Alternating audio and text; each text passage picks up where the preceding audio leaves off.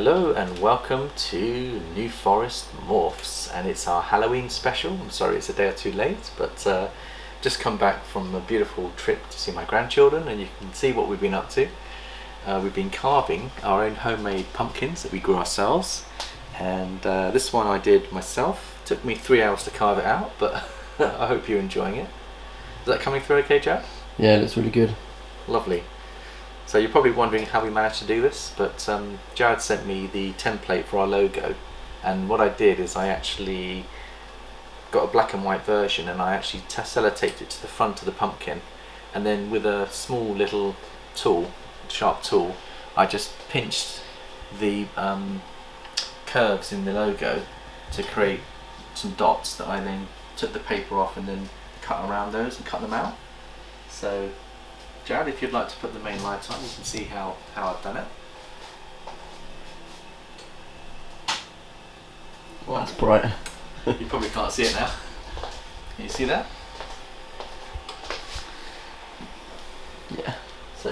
So I hope everyone had a really happy Halloween, and we've had some interesting things going on while I've been away, haven't we, Jared? Because the forest has been heavy with rain and heavy with winds, and when you get heavy rain and you get heavy winds, what do we end up with, Jared? Power cuts. Power cut. So we had a power cut while I was away. Fortunately, Jared, you've got technology linked to the facility, so you know what's going on in the facility, and just explain that as an important backup point, so you know what's going on even if you're not in the facility. Yeah, it was just, we've got I get an alert on my phone every time the internet goes out or every time the power goes out, and that just shows me either security's down or that there's a power cut.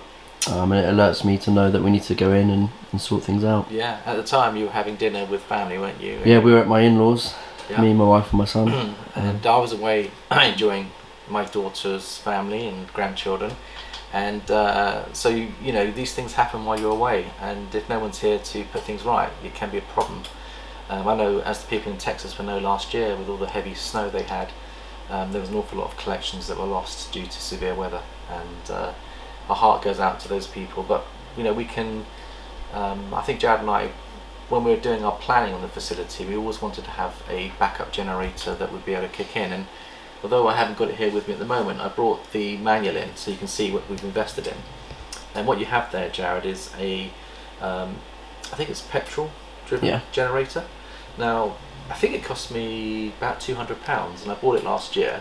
But we've used it 3 times, not just for the snakes, but also for our house, because we run a business from the house, have an office in the house, and if you don't have power, you don't have access to Wi-Fi or computers, your business basically goes down.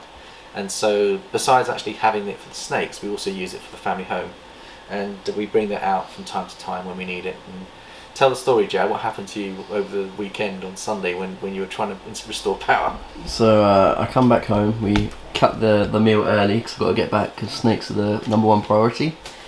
And I come back and I think, right, what I'll do is I'll plug in the incubator because we've still got 1 clutch of eggs on the go and we don't want to lose those. Yep. And I'll plug in a heater in the room so that I can raise the ambient temperature up to keep the snakes warm. So I go outside, and at this point the weather's not too bad, it's a bit windy.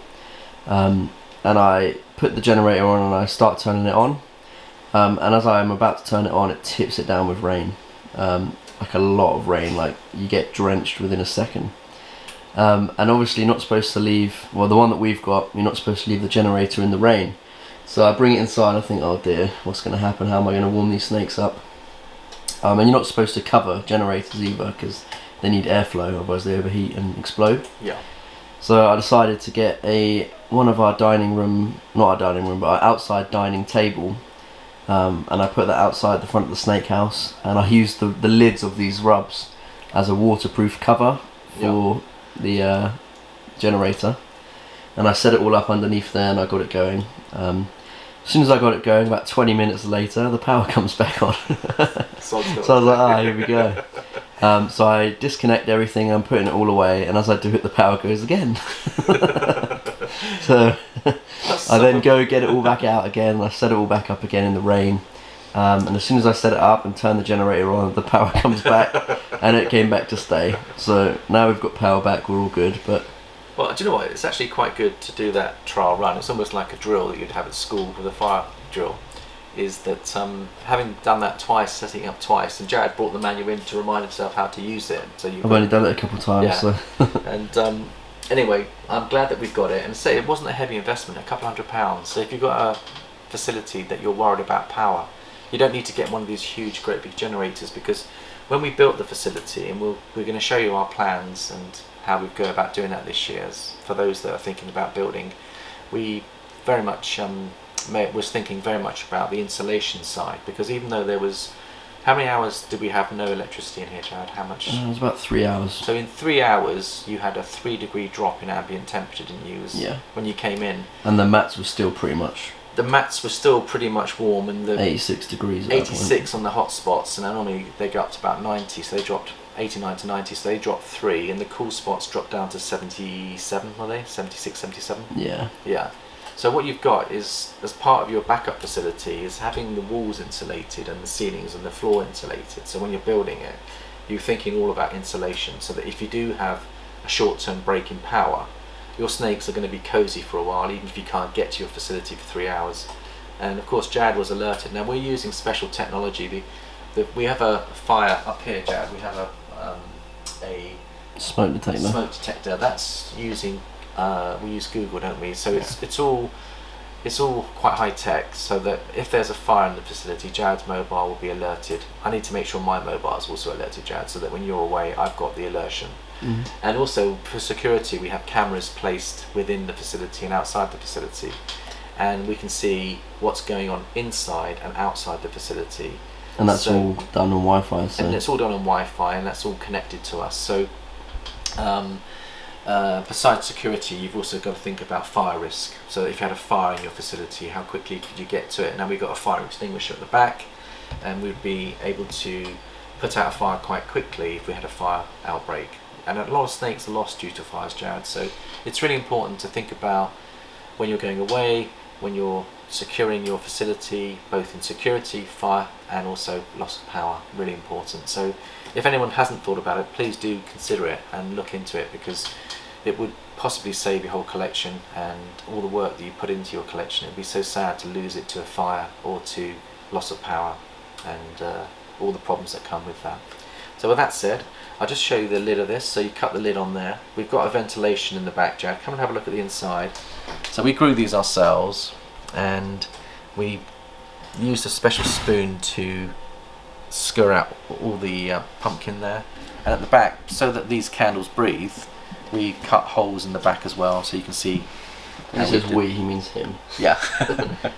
So it's interesting, because my grandchildren went out with their parents trick-or-treating, and I decided to finish this off, and when they came back they were really pleased with it, because my grandchildren, as you know, they love snakes, and they've actually got a bearded dragon. Bearded dragon. So when they came to my facility a few months ago, I think Mum and Dad weren't ready for a snake, because they didn't want to be feeding frozen rats, and my daughter particularly is not too keen on having rats in the freezer. So they went for a bearded dragon, and they're loving it. And so when the grandchildren come, they've got their pet snakes here, and they can come and enjoy them. So that's lovely. So let's put the pumpkin to one side, but I hope everyone had a good pumpkin weekend. And what we're going to do today is we're on the 1st of November, or was it 2nd of November now? 2nd of November.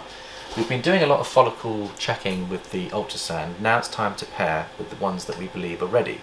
So we have 8 pairings today, and we're going to do something which Rob at Royal Balls taught us last year, is create a rhythm of the room. So instead of doing them individually, which we could do, there's actually collective benefit in doing your breeding together, because the hormones that will be generated from the males and females will encourage the other pairs to pair up and lock. And last year we had an awful lot of success, didn't we, Jared? When we paired 5 or 6 at a time, we were getting... And by together he means at the same time in different rubs. Oh, not all in the same rub, yeah. Just in case anyone was wondering. Yeah, and it creates this rhythm. And so what we're going to do, we're going to go through the pairs and put the pairs in, and at the end we're probably going to do a little bit of follicle checking on some of the girls that we haven't checked yet that have now come out of shed. So with that said, we'll start with a couple of pairings, Jared. Now let's just talk about Toast. Now Toast is doing really well. Her follicle size was 15 millimeters when we did her last. What we've done to prepare her is we've checked to make sure she's not carrying any disease. So we checked her. Jared's opened up her mouth. She's got no RI issue.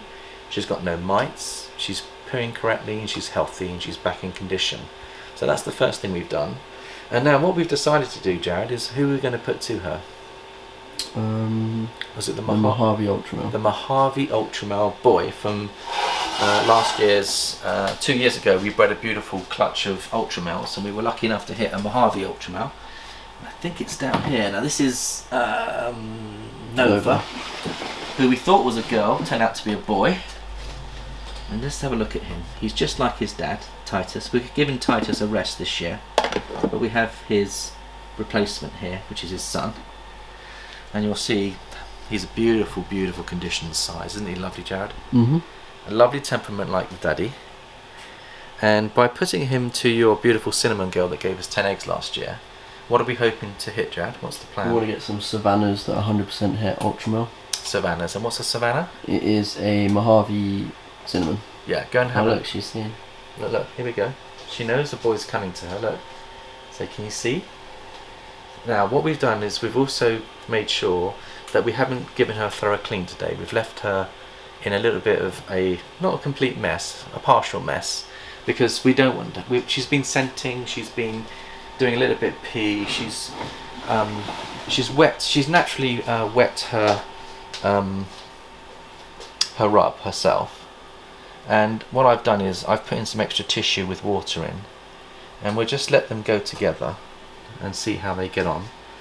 And I learnt this trick, Jared, that by actually putting extra humidity into the rubs before you put them together, it will actually stimulate them to breed and lock. So there's another small little tip there, is make sure there's extra humidity before you pair them together. And then we'll just let them, they look really comfortable together, there's no major issue there, there's no negative body language there, is there, Jared? It looks quite good. So we'll just slip them in there. We know her follicles are a good size, we know he's producing sperm, so there's a good chance if he can do his first lock, we'll be delighted.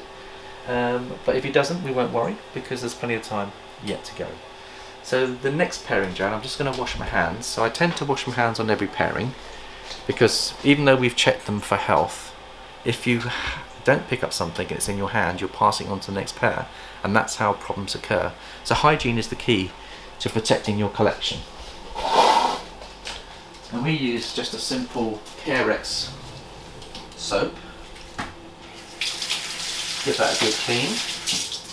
And then I follow up clean towels. And then I follow up with a hand gel which contains 70% ethanol, and it kills 99% bacteria. So double protected like that. Let that just go in. And then we'll move on to the next pairing, Jared. What's the next pairing that we are considering next? What's the next one we want to go for? The next one will be Lala, which is our Super Pastel 100% het pied. Okay, Super Pastel. Thor is going to her. Yeah, so Is Thor. our VPI Exantic pied. Now Thor is our VPI Exantic pied. Now one of my viewers corrected me, which is fine. I have no issue with that. I did refer to him as a lightning pied, but to be a lightning pied it has to be an MJ version to be a lightning pied, because they produce the lightning pied. But what I would say is I'm still going to call him a lightning pied, but I'll call him a VPI lightning pied, because it's a slightly different variation of Exantic. It's not the original MJ version, but it's the VPI, which in my opinion is even better. I like the VPI, and that's why we went for it. But he's, to me, still a lightning pied, but a VPI lightning pied, and we'll refer to him as that. But technically speaking, if you want a lightning pied, it's got to be the MJ version. Anyway, the good news is that for the third, fourth week on the row, Jack, you've been feeding while I've been gone. Just tell us what's been going on with this guy here. What happened this week that he was... Because he's been on food for about 2 or 3 months, about 4 weeks ago, and we've only just gotten back on food, and he's now starting to pound, isn't he? Yeah. So tell us what happened, Jared, when you... He took 2 Maltese. Yeah, he took 2 Maltese. He took 1 Maltese for me the week before, and another Maltese. So he's had 5 or 6 good meals, and he's about 800 grams, which is a good size for a male. You can see how beautiful he looks. And the key to getting him back on food, there was 2 keys to get him back on food. The first key was change his bedding to cocoa husk, and every day we spray down warm water on his bedding so he gets good humidity, and he appreciated that. We've moved him to slightly cooler temperatures, so he's on the top of the rub system where there's an extra degree drop in temp. And as boys protect their sperm, they don't want to be too hot. So you can see he's decided to choose the middle of the rub, because over here will be too hot for him, and over here will be probably too cold. So that's where he's chosen to be. And you can see that he's cleared a bit of space so he can keep himself warm. And the second thing that stimulated him to go on feeding, Jared, was I paired him with Lala a month ago, or just over a month ago, and it stimulated him to feed, I believe. So even though we talk about boys stimulating the girls to feed, equally the girls can stimulate the boys to feed, because if he knows he's got a job to do and he needs to pack on some strength and stamina, that could kick him in as well. So I'm learning, being quite new to this hobby, I'm learning different techniques, and I don't think it's a coincidence that he went back on food after we put him to his first girl. So I think that's an interesting one, isn't it? You got any thoughts on that, Jared? Huh? Yeah. So I can feel he's a lot more solid now since having 4 or 5 good meals in him. And we're going to put him to Lala. Hopefully he'll learn how to lock. Underneath. Oh, Lala's on this one here. So Lala, Jared, what's Lala? Pastel het pie, or she's super pastel. Super pastel het pied. Now they were on top of each other for last month. They were on top of each other for a couple of days, and there was good compatibility. Tail to tail, but it didn't lock. She's got a nice high humidity in there, and we'll leave them in peace and see how they get on. And then we'll move on to our next pairing. I'll just wash my hands again, Jared. If you want to show our viewers the next pairing while I wash my hands. Okay. And what that's going to produce. Actually, why have we done this pairing? Because I always like to explain why we've done this. What's the vision for this pairing, Jared? We want to get pastel in the VPI exantic pied. So you've got a super pastel 100% het pied girl, Yeah. and you've got a boy that is a VPI exantic pied. So when you put pastel with VPI exantic, it goes crazy. You put super pastel in it, it goes even crazier. So she won't put super pastel in there, but she'll put one of her pastel, hopefully will go in. Yeah, definitely will. Definitely. She's super. Because she's a super, you're guaranteed a pastel. That's why we've chosen her. And because she's 100% pied and 100% het pied, and he's 100% visual pied, half the babies will be pied. Yeah. And that will carry 100% het for VPI exantic. So we're building for the future there. That makes sense. Right, Jared, if you'd like to show the next pairing, I'll go wash my hands. Yeah. So the next one that we've got is our bamboo Panda. She's back there in the back. Okay. And was it the banana G-stripe we put into her? So I think we were going to put the hang on a minute, I'm just trying to remember what we were going to do there. Just check our breeding plan, Jan. We can check the breeding plan. Here's our plan. Originally we were going to produce some bamboo clouds. No, it was Mowgli. Mowgli, yeah. We want some bamboo clouds, Jared, don't we? Yeah. So let's just see. Now Mowgli's been pounding food. He was off food just like Thor. Similar principle. He wasn't eating for months. And we changed his bedding. And you can see he's done a poo in there, Jared. We need to give that a good clean. And we changed his bedding, increased his humidity, put him into a smaller rub, because if we put him into a big rub, he went off food. And that's often the case with males. You kind of want to accommodate their growth, but you can actually cause a problem. So he's actually much more comfortable in smaller spaces. So since we've been back in smaller spaces, got the humidity up, he's now pounding food and he's doing really well. Now, my question, Jared, is what's in Mowgli? He's pastel leopard, het clown, het pied, 50% het pied. Yeah. So we're hoping to produce, if we put him to Panda, what are we hoping to produce, Jared? I guess the best thing we could get is a pastel leopard bamboo, 50% het clown, 33% het pied. Yeah. So we want, if anyone hasn't seen them, go and have a look at your bamboo. If you look at your bamboo clowns, they're gorgeous. You put leopard and pastel in there as well, and bearing in mind there's a chance that could be pied, you could end up with clown pieds that have got bamboo, leopard, pastel all in the mix, which I think would be tremendous. So we'll just leave them in peace. He's bowl wrapping straight away. She's on the heat spot right now. Now it doesn't show as though, they don't look as though they're going to be compatible to start with, do they? But if we close this and give him privacy, he'll find his way to the girl.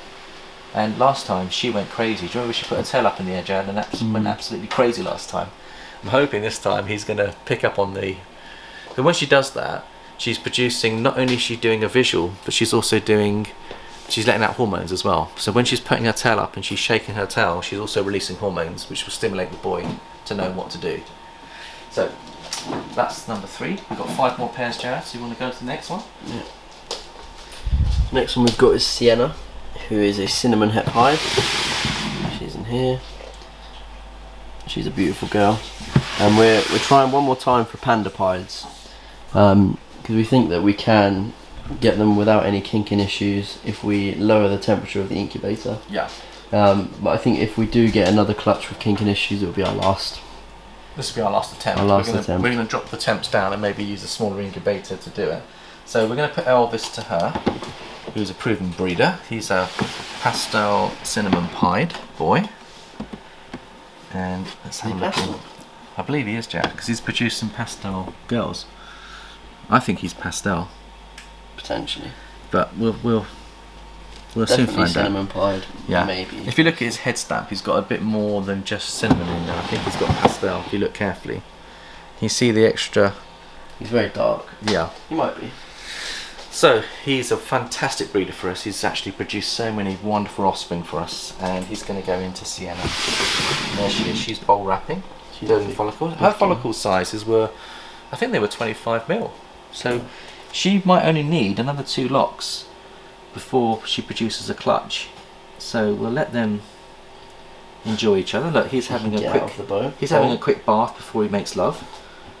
Yeah, he's got a good etiquette. And then we'll leave them in peace. Next one, Jeff. Next one we've got is Phoebe. She's a Het Russo Fire 50% het pied. So she's got a moist tub. That's supposedly supposed to help with the breeding. And we were going to pair. I'm trying to remember which one we were going to pair her to. Our boy, Casper. Remember, we were going to produce. Casper was the yellow belly. Yellow belly. Just double check. Was it? Hang on, I'm just trying to remember. We've got 2. Sorry, we should have really checked our notes here. See, when you're breeding 8 pairs, it's so easy to forget what you're doing. She's 50% het pied, isn't she? Yellow belly pied. Oh yes, we produced a boy who's a yellow belly pied. He's down there. Is that Wizzy? Wizzy's down here. There. Yeah. He's always wanting to eat. So here he is. So what were you looking to produce, Jack? So we're hoping to get some yellow belly Het Russo Fires and see if we can prove out her pied. Yeah.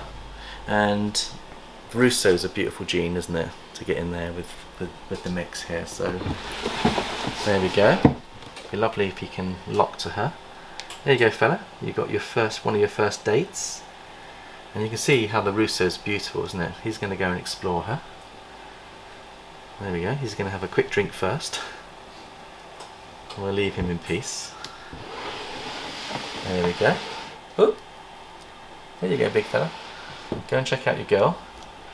And the next one, Jared, we were going to do? Was Venus. Venus. And she's a pastel twilight. Cinnamon spot nose. Pastel cinnamon spot nose. We're going to put Giovanni to her. Yeah. So that will be a banana, super pastel banana G-stripe. And what are we hoping to hit there? We're hoping to get some banana, cinnamon, spot nose, super pastel, het G-stripes. Yeah. And banana and the cinnamon go beautifully together, don't they? Yeah. And he's already locked to Penelope, so he's now a proven locker. And he's looking stunning. So we'll put him into this girl. There you go, you get a date together. There you go. Let's see how they get on. Be compatible. Okay. Next we have Celeste, who is a phantom pastel yellow belly. Here she is. And her partner is going to be Casper, who's a bamboo Mojave 100% het ultra, who is hiding in here right now. We produced him ourselves. He's just about a year, isn't he? Just over a year. I think he's more than that, isn't he? Because he was born in April 2019. He's about 18 months. And he weighs about 1,300 grams. But you can see what the bamboo and the Mojave do. There you go, fella. It's your first date. Enjoy your little wifey. There you go, big fella.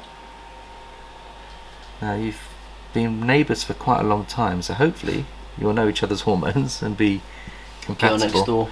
They do say though, Jared, that when you're breeding, you should put your males in a separate rack to your females. Is what they say. Maybe we need to make that adjustment, and the reason for doing that is. Any ideas? I don't think it's necessary. All the male hormones are away from the female hormones, because some boys will switch off eating if they're constantly bombarded with female hormones. They get sex on the brain like some men do, and they just don't eat. And this, so the idea is, but if we've got a successful breeding program from last year to build on, sometimes the danger is to change it when the wheel's not broken. So what I'd say is that if you're having a problem with that issue, consider that too.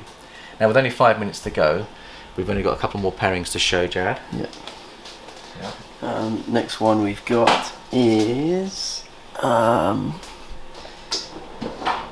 here. I think it's the last one, and that is Tinker. We're not going to tinker with Tinker, are we? And she's a het pied. Who's going to go to Tinker? Jasper, who is a crystal het pied. So he's a Mojave special. I'm hoping to get a few special pieds out of this one. And he's a first time breeder. Has he locked to anything yet?